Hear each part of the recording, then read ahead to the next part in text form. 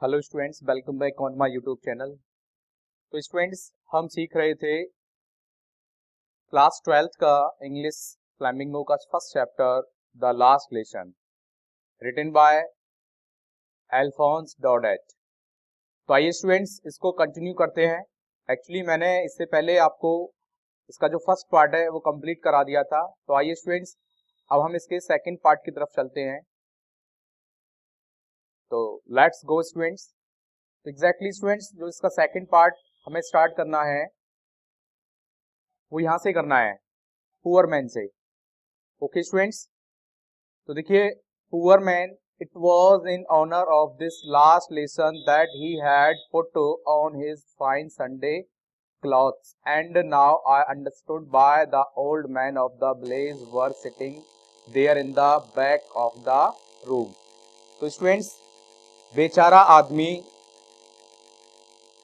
It was in honour of this last lesson, यह इस अंतिम पाठ के सम्मान में था कि उसने अपने सुंदर संडे क्लॉथ माने रविवार या संडे वाले कपड़े पहन रखे थे। And now I understood why the old man, और अब मैं समझ सकता था कि क्यों गांव के बुजुर्ग कमरे के पीछे बैठे हुए थे।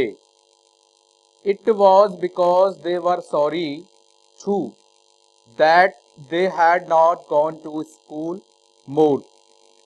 तो एग्जैक्टली वो क्यों बैठे हुए थे, यह हमारे टीचर माने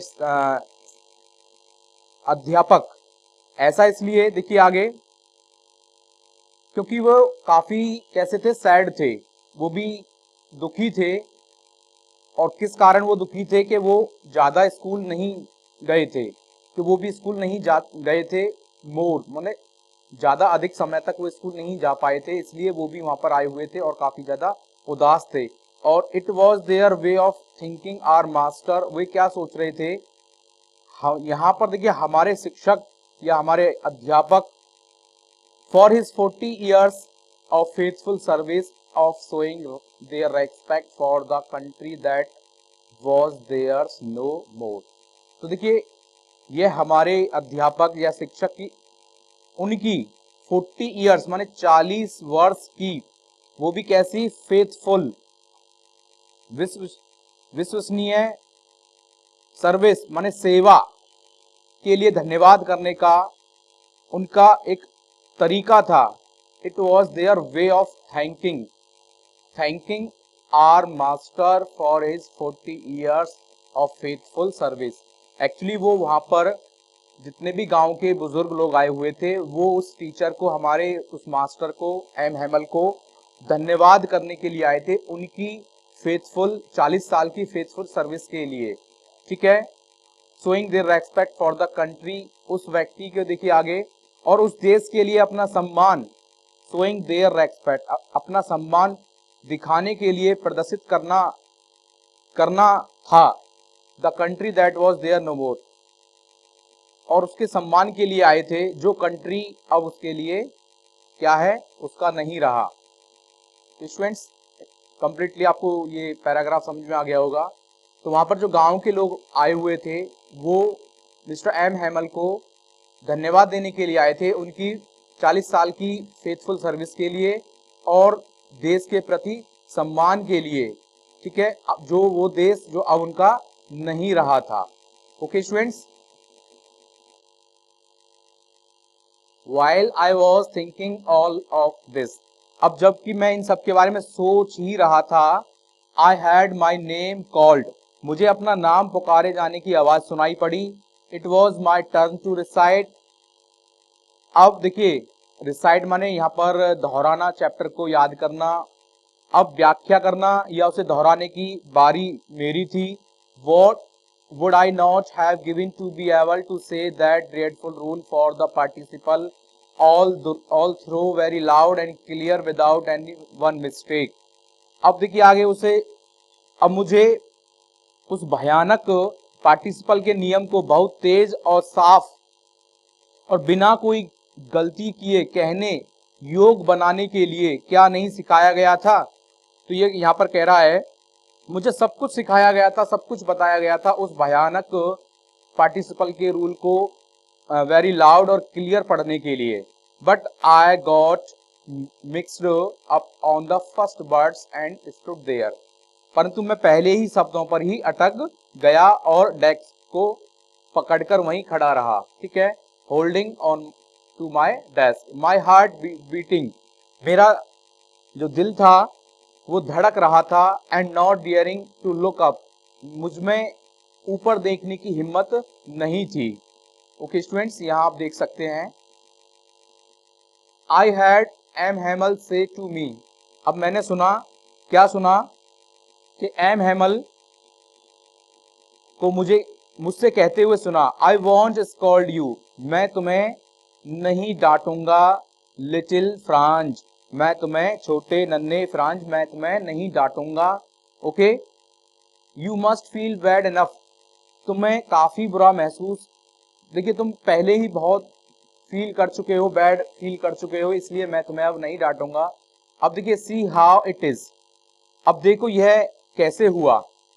every day we have said to ourselves, हर दिन हम अपने आप को कहते हैं, वाह I have plenty of time, वाह हमारे पास बहुत सारा समय है, I shall learn it tomorrow, हम इसे कल सीख लेंगे, कल याद कर लेंगे। तो देखिए मैंने स्टूडेंट्स बताया ना, फर्स्ट टाइम प्रिकॉस्टिनेशंस यहाँ पर, प्रिकॉस्टिनेशंस का यहाँ पर यूज किया गया है कि हम टाल मटोल करते हैं ना, पोस्टपोन करते हैं कल के लिए, तो वही यहाँ पर सबसे ज्यादा इंपॉर्टेंट है और उसी के बेसिस पर इस चैप्टर को कंप्लीट लिखा गया है। And now you see where we have come out, और आगे अब देखिए तुम कि हम ये सोचते हैं कि हमारे पास बहुत सारा समय है, हम इसे कल सीखेंगे, और अब तुम देखो, देख सकते हो हम कहाँ आ पहुंचे हैं। That's the great travel with Alsace, और एल्सेस के लिए ये बहुत कष्ट का समय है। See put off learning till tomorrow, कल तक उसकी जो शिक्षा है वो समाप्त हो जाएगी। इवन एल्सेस के अंदर जो आपको फ्रेंच लैंग्वेज सिखाई जा रही थी, अब वो कल से नहीं सिखाई जाएगी। तो that is the great problem and great travel with Alsace. Okay, and now those fellows out there will have the right to say to you what, अब वे व्यक्ति जो बाहर हैं उन्हें तुमसे यह कहने का अधिकार होगा, ये मौका मिल जाएगा तुमसे कहने का। हाउ इज इट, यह कैसे है। You pretend to be Frenchman, तुम एक फ्रांसी होने का, फ्रेंचमैन होने का दावा करते हो। ठीक है, क्या करते हो, दिखावा करते हो, प्रिटेंड मीन्स दिखावा करना। And yet you can neither speak nor right your own language, और ना तो तुम फ्रेंच लैंग्वेज को बोल सकते हो, ठीक है, अपनी खुद की भाषा को ना तो तुम बोल सकते हो ना ही लिख सकते हो, तो फिर काहे कि तुम फ्रेंचमैन हो। But you are not the worst, और देखिए आगे वो आगे कह रहे हैं किंतु तुम ही सबसे बुरे नहीं हो। Poor little Franz, we have all a great deal to reproach ourselves with, तो नन्हे फ्रांज तुम ही, ऐसा नहीं कि तुम ही बुरे हो या तुमको नहीं आता कुछ भी, हमारे पास स्वयं को धिक्कारने के लिए बहुत सारी बातें होती हैं। तो ग्रेट डील टू रिप्रोच माने होता है धिक्कारना, रिग्रेट करना। ठीक है, तो धिक्कारने के लिए हमारे पास बहुत सारी बातें होती हैं। तो आइए students, your parents were not anxious enough to have you learn, अब आपके देखिए तुम्हारे माता पिता तुम्हें पढ़ाने के लिए ज्यादा एंजियस नहीं थे, उत्सुक नहीं थे, एक्साइटेड नहीं थे। They preferred to put you to work on a farm और एट द मिल्स, उन्होंने तुम्हें देखिए खेत में, कारखानों में काम करने को ज्यादा प्राथमिकता दी थी, प्रेफर्ड किया था कि तुम पढ़ाई ना करके बल्कि खेतों में काम करो, ठीक है, मिल्स में काम करो, जिससे क्या हो सके, so as to have a little more money, जिससे ताकि तुम कुछ पैसा प्राप्त कर सको। एंड आई और मैं, I have been to blame also, और मैं खुद को भी दोषी ठहराता हूं इस मामले में। Have I not often sent you to water my flowers instead of learning your lessons, क्या मैंने तुम्हें तुम्हारे पाठ याद करने की बजाय अक्सर मेरे फूलों में पानी देने के लिए नहीं भेजा था। तो मैं भी तो तुम्हें कभी कभी फूलों में पानी देने के लिए भेज दिया करता था बजाय पाठ याद करने के। तो and when I wanted to go fishing, और जब कभी मुझे मछली पकड़ने के लिए जाना होता था तब मैं तुम्हें क्या दे दिया था, क्या दे दिया करता था, हॉलीडे, छुट्टी दे दिया करता था। तो ठीक है, then from one thing to another, तब एक बात से दूसरी बात तक ऐसी बातें चलती रहीं। M Hamel went on to talk of French language, और एम हेमल फ्रांसी भाषा के बारे में बात करते रहे, saying that it was the most beautiful language in the world, और उन्होंने कहा, क्या कहा फ्रेंच लैंग्वेज के बारे में, कि यह संसार में सबसे सुंदर और कैसी है, द मोस्ट क्लियरेस्ट, बिल्कुल स्पष्ट, एंड द मोस्ट लॉजिकल, और सबसे तर्क संगत भाषा है, लॉजिकल है।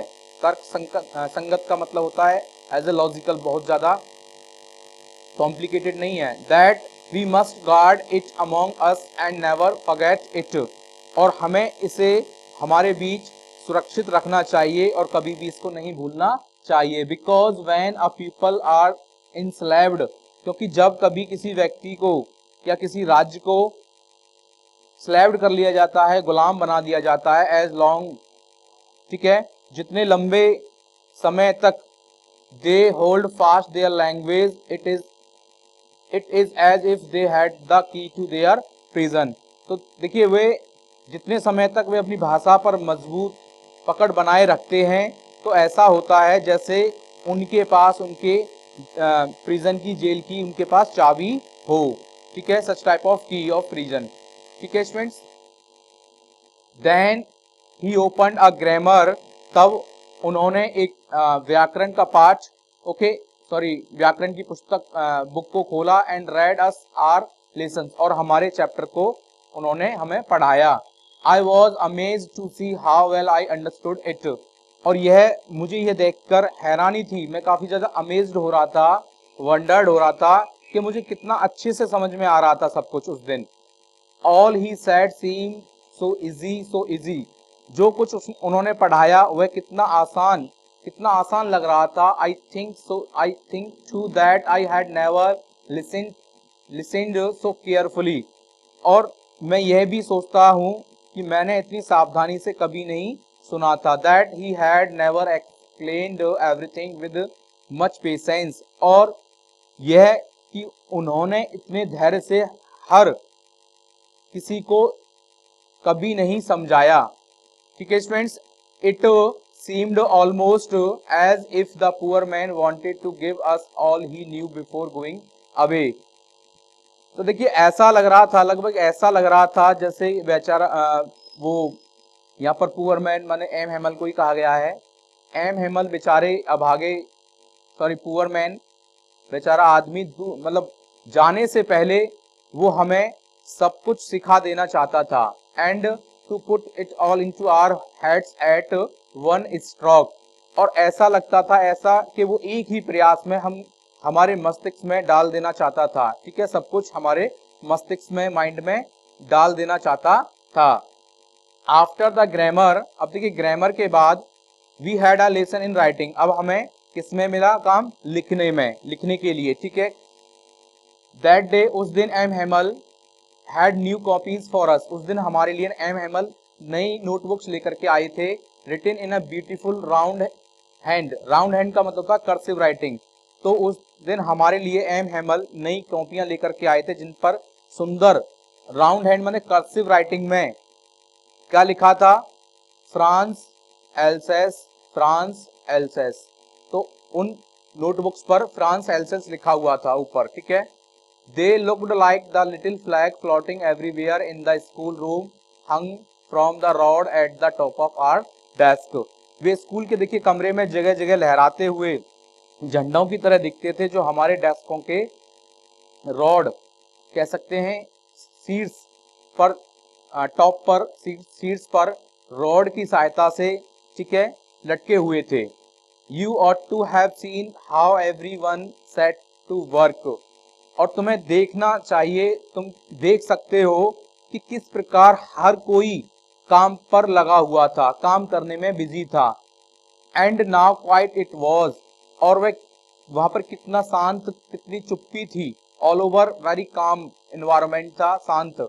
The only sound was scratching of the pens और द पेपर, केवल एक ही साउंड, ध्वनि उत्पन्न हो रही थी, वह केवल पेन के कागज पर चलने की थी। Scratching of the pens over the paper. ठीक है स्टूडेंट्स, यहाँ आप देख सकते हैं। One some beetles flew in, कभी कभी क्या होता था, एक बार कुछ कीट बीटल्स अंदर आए, but nobody paid any attention to them, लेकिन किसी ने भी उन पर ध्यान नहीं दिया। Not even the littlest ones, यहाँ तक कि हमने उन पर भी, लिटलेस्ट वंस का मतलब यहाँ पर स्टूडेंट्स पिजन्स को कहा है, यहाँ तक कि हमने उन पिजन्स पर भी ध्यान नहीं दिया जो ऊपर बैठे हुए थे, जो who worked right on tracing their fish hooks. पहले तो स्टूडेंट सबसे पहले फिश हुक को जान लीजिए। देखिए फिश हुक ये होता है जिससे मछली पकड़ते हैं, मछली पकड़ने वाला हुक। और स्टूडेंट्स यहाँ पर देखिए फिश हुक का कंपैरिजन, जो पिजन्स होते हैं उनके जो क्लॉज होते हैं, क्लॉज आप उनको भी देख सकते हो, वो भी एक as a look like fish hook की तरह ही लगते हैं। तो वो भी क्या कर रहे थे, अपने उन हुक से या अपने क्लॉज से क्या कर रहे थे, आवाज कर रहे थे, जैसे वो पेन की स्क्रैचिंग की आवाज कर रहे थे स्टूडेंट्स। तो ऐसे ही ये जो पिजन्स थे वो भी ऊपर छत पर अपने इन क्लॉज के द्वारा वहां पर स्क्रैचिंग कर रहे थे। ठीक है, तो वहां तक कि हमने किसी पर भी ध्यान नहीं दिया। As if that was French too, ऐसे मानो ये भी फ्रेंच लिख रहे थे, सीख रहे थे। ठीक है स्टूडेंट्स, वे भी ऐसे लग रहा था जैसे कि वो भी कौन हो, फ्रेंच फ्रांसीसी हो। ठीक है। On the roof the pigeons cooed very low, यहां देखिए अब आगे छत पर कबूतर काफी धीरे से क्या कर रहे थे, कूड कर रहे थे। कूड का मतलब होता है गुटरुगु, जो पिजन्स की साउंड होती है। And I thought to myself, अब मैंने अपने आप में सोचा, will they make them sing in German, क्या सोचा मैंने अपने मन में, क्या सोचा, क्या वे इन पिजन्स को भी या कबूतरों को भी जर्मन भाषा बुलवाएंगे। इवन द पिजन्स माने कबूतरों को भी जर्मन भाषा बुलवाएंगे। अब जो वो कूइंग कर रहे थे, क्या इनको भी वो जर्मन में बोलेंगे कि पिजन से, कि आपको भी जर्मन में ही कूइंग करना है। ठीक है, बट स्टूडेंट्स ये आप जानते हैं ऐसा तो कोई नहीं कर सकता, ये अननेचुरल फैक्ट है। वो पिजन्स को कैसे फोर्सफुली कह सकते हैं कि जर्मन लैंग्वेज में, क्योंकि जिन पिजन्स की जो मदर टंग है वो तो उसी में ही बोलेंगे ना, तो मदर टंग में ही बोलेंगे वो, तो जो भी उनकी मदर लैंग्वेज है, मदर टंग है, तो उस हिसाब से बात बोलेंगे वो। तो पिजन्स का काम है कूड करना, तो वो तो कूड ही करेंगे। तो इसमें जर्मन और इससे फ्रेंच से कोई लेना देना नहीं है। लेकिन फ्रेंच क्या सोच रहा है, क्या वो इनसे भी जर्मन लैंग्वेज में कू करवाएंगे, इट मीन्स जो गुडरुगु करते हैं पिजन्स, उनसे जर्मन लैंग्वेज में बुलवाएंगे क्या उनसे। Whenever I looked up from my writing, I saw M. Hamel sitting motionless in his chair and gazing first at one thing.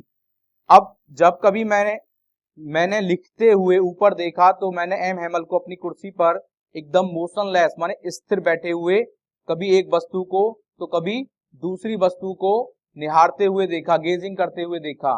As if he wanted to fix in his mind just how everything looked in that little school room, जैसे वह अपने mind में, मस्तिष्क में केवल यह निश्चित करना चाहते थे कि उस छोटे से कमरे में, स्कूल रूम में, लिटिल स्कूल रूम में हर वस्तु कैसी दिखाई देती थी, फैंसी, आकर्षक।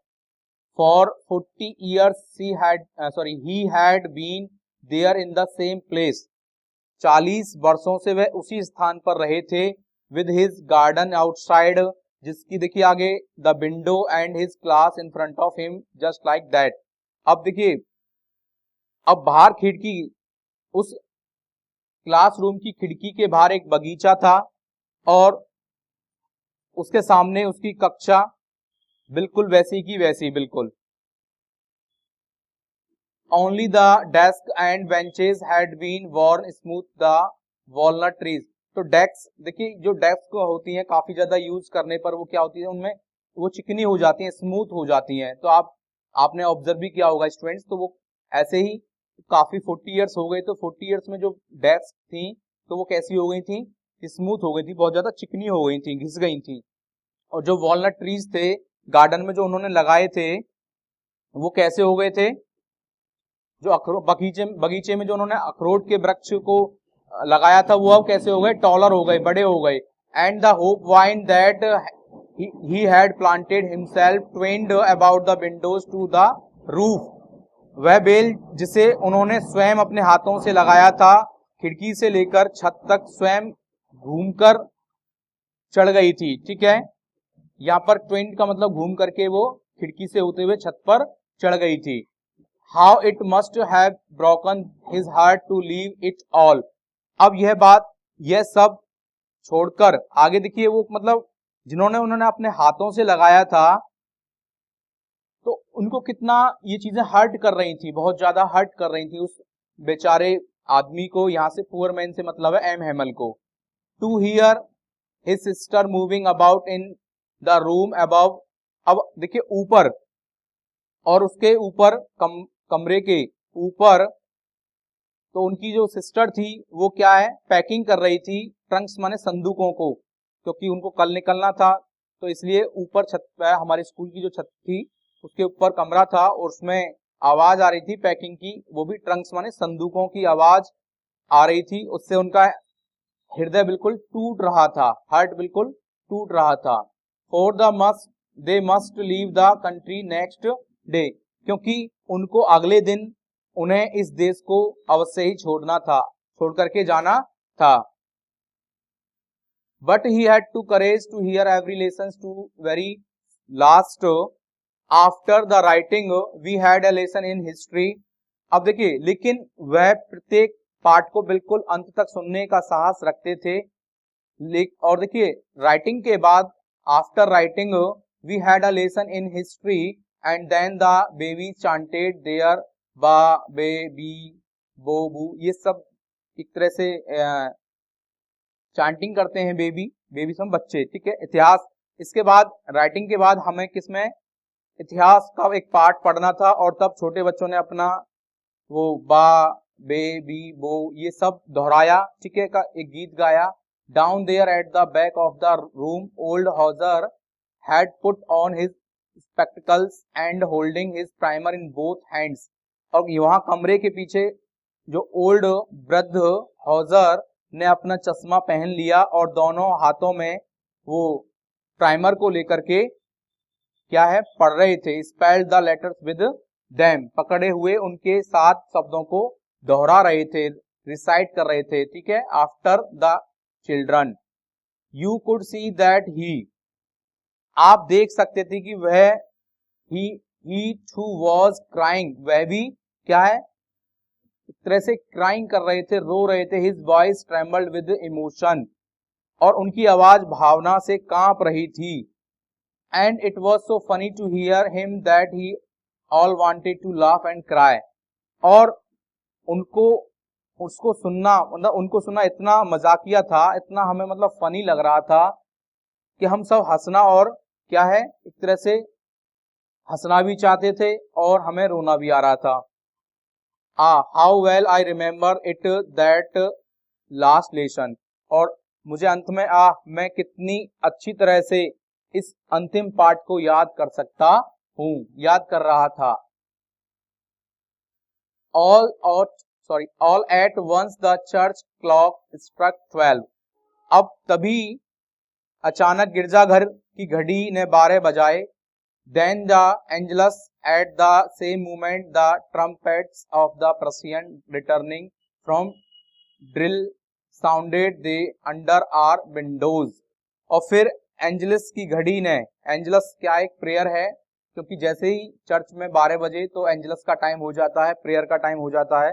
और उसी पल प्रेसियंस माने प्रेसिया वासियों की जो अभ्यास से वापस आ रहे थे, उनकी ट्रम्पेट्स माने तुरही होती है, तुरही की आवाज हमारी खिड़कियों के नीचे सुनाई दी। M Hamel stood up, M Hamel very pale in his chair. M Hamel, pale से मतलब काफी ज्यादा सहमे हुए, भयभीत होकर के कह सकते हैं, अपनी कुर्सी से खड़े होते हैं। I never saw him look so tall, मैंने उन्हें इतनी ऊंचाई से देखते हुए कभी नहीं देखा था। एज ए माई फ्रेंड्स, उन्होंने कहा, मेरे मित्रों, said he, उन्होंने कहा I मैं but something choked him, परंतु किसी ने मानो उनका गला रोक दिया हो, चौक कर दिया हो। He could not go on, वह आगे नहीं बोल सके। Then he turned to the blackboard, और फिर वो किसकी तरफ मुड़ गए? ब्लैकबोर्ड की ओर मुड़े। Took a piece of chalk, उन्होंने एक चाक का टुकड़ा लिया। And bearing on with all his might, he wrote as large as he could, और अपनी पूरी शक्ति को एकत्रित करके वह जितना बड़ा लिख सकते थे उन्होंने लिखा। क्या लिखा? बाय वे ला फ्रांस। तो बाय वे, और इसे बी वे भी पढ़ते हैं बहुत से, बट बाय वे ला फ्रांस का मतलब होता है फ्रांस अमर रहे। क्या है students? Long live France. Then he stopped and leaned his head against the wall and without a word. तो देखिए, वाइव ला फ्रांस, फ्रांस अमर रहे। तब वह रुके और दीवार के सहारे अपना सिर झुकाया और बिना कुछ बोले, ठीक है, he made a gesture to us with his hand, और सिर्फ उन्होंने बिना कुछ बोले अपने हाथ से हमारी तरफ संकेत किया। एक जेस्चर, संकेत करना। स्कूल इज डिसमिस्ड, स्कूल समाप्त हो गया है। यू मे गो, तुम जा सकते हो। तो स्टूडेंट्स, ये थी complete story, the last lesson, जिसको मैंने कंप्लीट कर दिया है। तो उम्मीद करता हूँ स्टूडेंट्स आपको ये समझ में आई होगी। और स्टूडेंट्स, आज के लिए इतना ही। मिलते हैं नेक्स्ट वीडियो में नेक्स्ट टॉपिक के साथ में। तब तक के लिए थैंक यू।